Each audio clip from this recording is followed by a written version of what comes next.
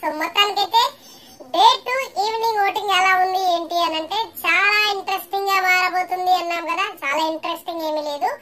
So చాలా అంటే danger zone లో ఉన్న ఇద్దరు అండ్ ఈసారి డబల్ ధమాకా ఉండబోతుంది అన్నట్టుగా బిగ్ బాస్ ఇంకి ఇవ్వడం అయితే జరుగుతూ ఉంది. సో ఈసారి double elimination confirm. Mid week elimination కూడా ఉండే ఛాన్సెస్ ఉంది. ఒకరిని ఏమంటారు ఇమ్యూనిటీ ఇచ్చి ఒకరిని సేవ్ చేయడము, ఒకరిని మిడ్ వీక్ ఎలిమినేషన్ చేసే ఛాన్సెస్ కూడా ఉంది అనంట. ఈ వారం అయితే మిడ్ వీక్ ఎలిమినేషన్ 100% ఉండే ఛాన్సెస్ చాలా ఎక్కువగా ఉన్నాయి. మరి మీ ఫేవరెట్ కంటెస్టెంట్ ఎవరైనా ఉంటే ఖచ్చితంగా ఓట్లు వేయండి, నేను చెబుతా ఉన్నా కదా. ఎందుకంటే లాస్ట్ ఫినాలే వీక్ లో ఎందుకు ఇప్పుడే పంపిద్దామని. అయితే ఇక్కడ ఉన్న అప్డేట్ కూడా ఏంటంటే నాకు తెలుస్తుంది బుధవారం అంటున్నారు. బుధవారం మిడ్ నైట్ ఉండొచ్చు, గురువారం మనకి ఎపిసోడ్ లో చూపిస్తారని తెలిసింది. కానీ నా అంచనా ప్రకారం అట్లా ఉండకపోవచ్చు. మనకి ఎప్పుడు కూడా గురువారం చూపిస్తా ఉన్నారు. ఓటింగ్ జరిగాక గురువారం మిడ్ నైట్ అది mid week elimination, mid night elimination, అందరిని హౌస్ నుంచి ఒకసారి బయటికి రండి అని బిగ్ బాస్ పిలుస్తాడు కదా. పోనీ వీళ్ళందరూ ఎప్పుడు ఏదో సీక్రెట్ టాస్క్ ఏదో గేమ్ ఆడుతున్నాడు బిగ్ బాస్ అనుకుందామంటే అది ఎప్పుడు 3వ వారమో 4వ వారమో 5వ వారమో 10 వారాల లోపు ఎప్పుడైనా అయ్యి ఉంటే ఏదో జిమ్మిక్కలు చేస్తాను మ్యాజిక్లు చేస్తాను అనుకోవచ్చు. బట్ ఈసారి ఏంటంటే ఇంకా ఫినాలే వీక్ లాస్ట్ కి వచ్చేసిన దశలో అంటే ఖచ్చితంగా ఇదేదో మిడ్ వీక్ ఎలిమినేషన్ నిజంగానే మిడ్ నైట్ ఎలిమినేషన్ అనేది వాళ్ళకు కూడా అర్థమైపోతుంది, హౌస్ మేట్స్ కూడా.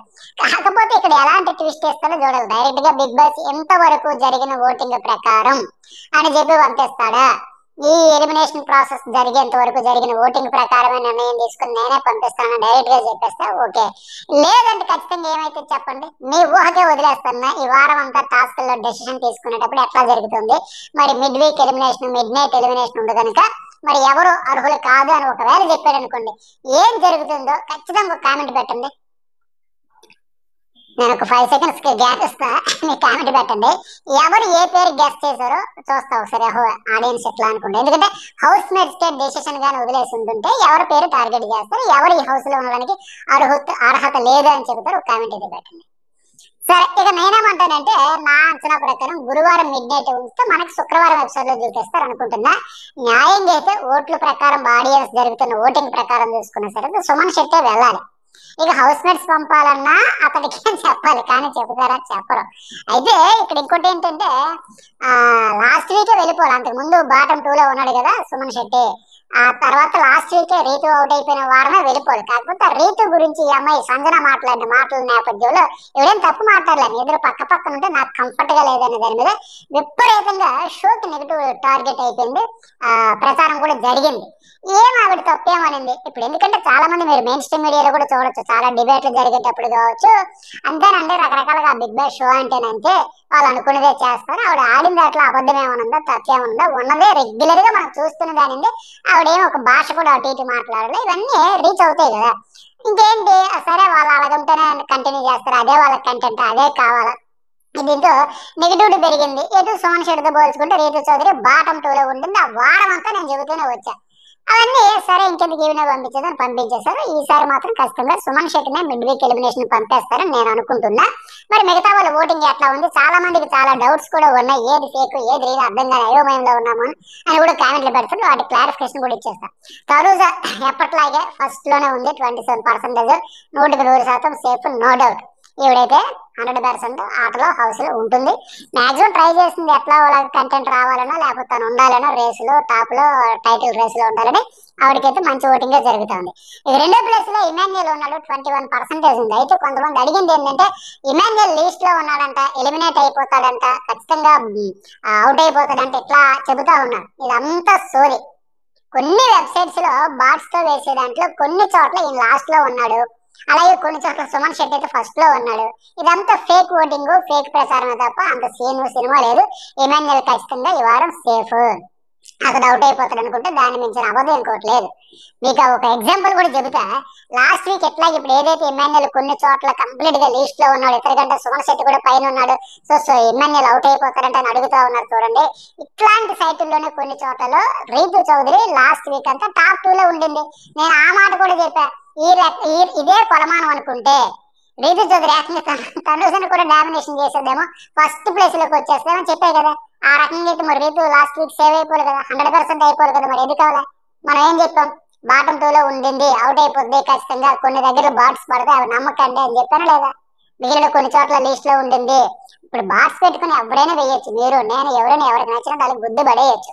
హైప్ కోసం పిఆర్ చేసే స్టంట్ అది. ఇలా కవర్ చేసుకుని మాకు చాలా ఓటింగ్ జరిగింది, అన్ఫేర్ ఎలిమినేషన్ చేసేసాడు, మేము డిజర్వే, బిగ్ బాస్ వాళ్ళని కాపాడడానికి వీళ్ళని కాపాడడానికి మాకు అన్యాయం చేసేసాడు, ఒక స్టంట్ అది.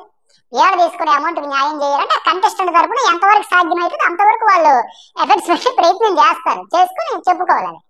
వాళ్ళు పాపులారిటీ పబ్లిసిటీ ఇవన్నీ చేసుకునేదానికి. ఇప్పుడు ఓటింగ్ పర్సంటేజ్ మీరు నమ్మాలంటే 99% యూట్యూబ్ ఓటింగ్ జరిగింది చూడండి, అది నమ్మండి.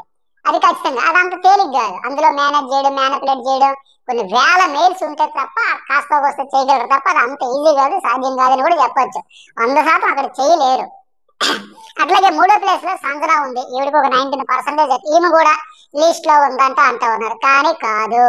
యూట్యూబ్ పోలీసులు చూస్తే అర్థమైపోతుంది. పోనీ మన న్యూస్ బాల్ లో కూడా నేను ఒక ఒపీనియన్ పోల్ పెట్టా, నేను వీడియో చేసే సమయానికి ఒక 25,000 మంది వేశారు. అందులో సంజనకి 33% ఉంటే బర్నీకి 15%, సుమన్ కేవలం 3% ఉంది.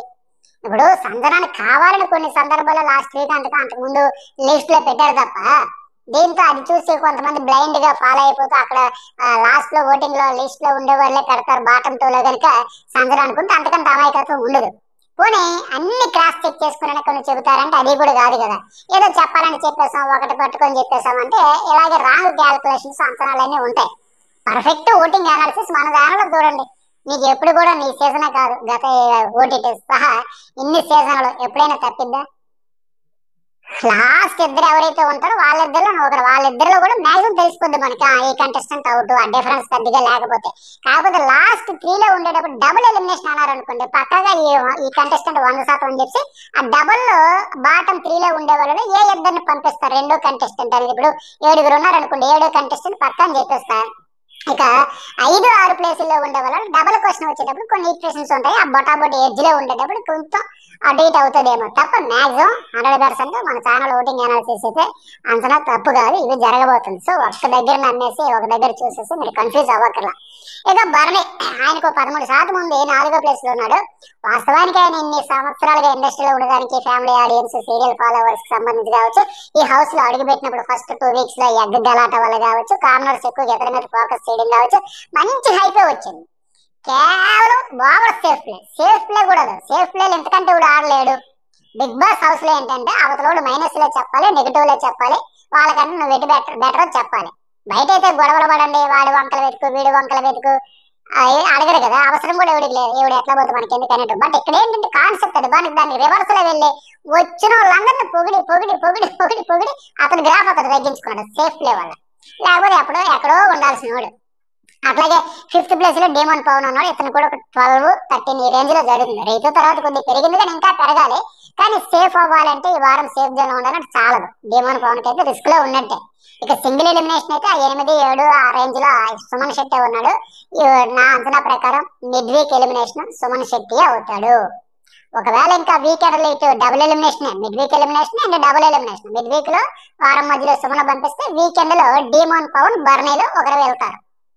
అది కాకుండా ఆ డబుల్ ఎలిమినేషన్ నుంచి ఏదైనా డేమోన్ అండ్ బర్నింగ్ కాకుండా సంజనాన్ని కానీ ప్రతి వారం టార్గెట్ చేసినట్టుగా ఈ సీజన్ లో నిన్న ఆవిడ జైల్లో కూర్చొని చెప్పినట్టుగా ఏదైనా జరిగితే కావాలని వాంటెడ్ లో బాటంలో పెట్టినట్టుగా ఏదైనా చేస్తే జిమిక్లు మ్యాజిక్లు జరగాలి తప్ప ఈ ప్రస్తుతానికైతే మిడ్ వీక్ లో 100% వెళ్ళేదానికి అర్హుడు ఎవరంటే సుమన్ శెట్టి.